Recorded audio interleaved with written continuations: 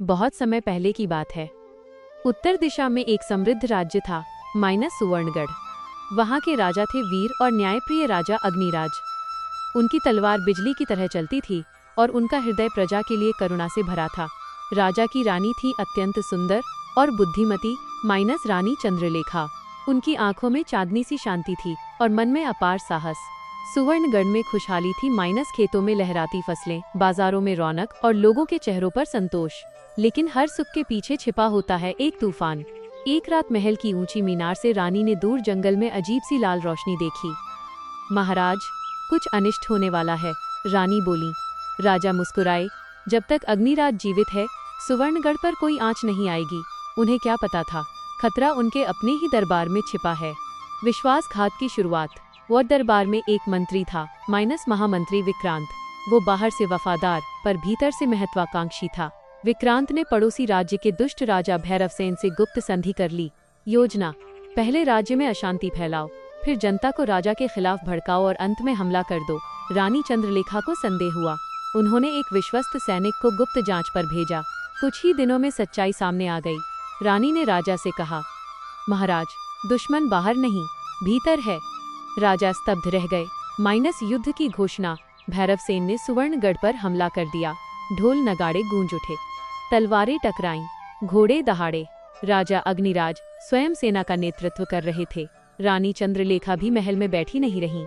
उन्होंने स्त्रियों की सेना बनाई और घायल सैनिकों की सेवा संभाली। युद्ध कई दिनों तक चला। एक रात विक्रांत ने किले का मुख्य द्वार खुलवा दिया और दुश्मन सेना अंदर घुस आई। राजा घायल हो गए। भाग 4। रानी का साहस। जब रानी को पता चला कि राजा घायल हैं, उन्होंने स्वयं कवच पहना।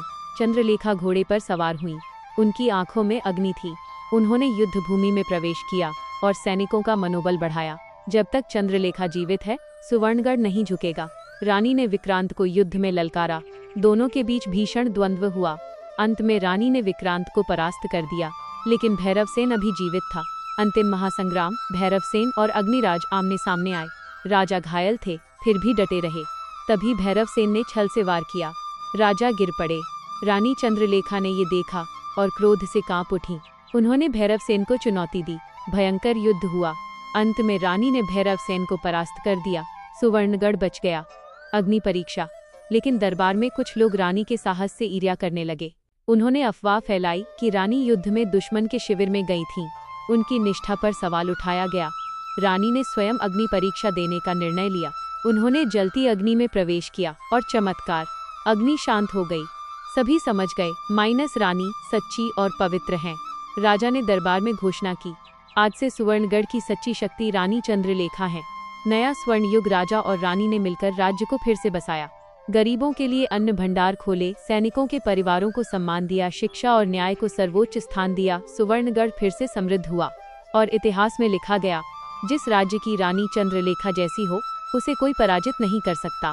कहानी का संदेश: सच्चा प्रेम त्याग और विश्वास से बनता है। नारी केवल कोमल नहीं, असीम शक्ति की प्रतीक है। विश्वासघात अंत में हारता है। अग्निराज और चंद्रलेखा, प्रेम, त्याग और युद्ध की महागाथा। सूर्यगढ़ का उदय। जब सत्य जीता शस्त्र हारे। एक विलक्षण भोर। सूर्यगढ़ की उस सुबह की हवा में कुछ अलग था। आकाश का रंग केसरिया नहीं बल्कि गहरा लाल था, जैसे प्रकृति स्वयं किसी महान बलिदान या बड़े निर्णय की साक्षी बनने के लिए सजी हो। महल के ऊंचे कंगूरों से नीचे देखने पर घाटी में दो सेनाओं के पड़ाव साफ दिख रहे थे। राजा वीरेंद्र अपने कक्ष में थे। उनके शरीर पर गहरे घाव थे, लेकिन आज उनकी आंखों में वो पुराना अहंकार नहीं था। दर्द ने उन्हें शरीर से कम, आत्मा से अधिक झकझोर दिया था। पास ही रानी अनामिका महल के उस गुप्त पुस्तकालय में खड़ी थी, जहां सदियों पुरानी एक रहस्यमयी पुस्तक रखी थी। अचानक उस पुस्तक के स्वर्ण पृष्ठों पर एक नई पंक्ति चमक उठी। जिस क्षण शत्रु के भीतर का मनुष्य देख लिया जाएगा, उसी क्षण विनाश की अग्नि शांत हो जाएगी। रानी ने समझ लिया कि नियति क्या चाहती है। उन्होंने अपनी चूड़ियां नहीं उतारी, बल्कि अपने हाथ में शांति का ध्वज थाम लिया। उन्होंने निश्चय किया कि आज रणभूमि में रक्त नहीं, शब्द बहेंगे। रणभूमि का सन्नाटा। रानी अनामिका श्वेत अश्व पर सवार होकर जब रणभूमि के मध्य पहुंची, तो दोनों ओर के हजारों सैनिक स्तब्ध रह गए। युद्ध के नगाड़े रुक गए। धूल के गुबार के बीच से सूर्यगढ़ का सबसे क्रूर शत्रु राजा विक्रांत अपने काले घोड़े पर आगे बढ़ा। उसकी हंसी में तिरस्कार था। क्या सूर्यगढ़ के वीर समाप्त हो गए जो रानी को स्वयं आत्मसमर्पण का पत्र लेकर आना पड़ा? रानी अनामिका की आवाज में हिमालय जैसी स्थिरता थी।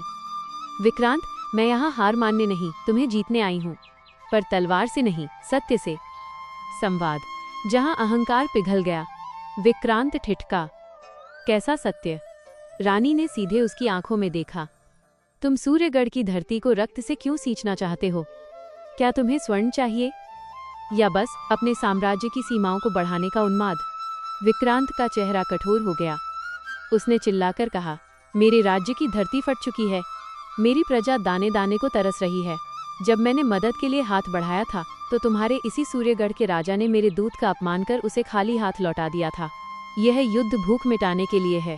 पीछे खड़े घायल राजा वीरेंद्र यह सुनकर कांप उठे। उन्हें याद आया वो दिन जब सत्ता के मद में उन्होंने पड़ोसी राज्य की पीड़ा को अनदेखा कर दिया था। वो लंगड़ाते हुए आगे आए और अपनी तलवार विक्रांत के चरणों में रख दी।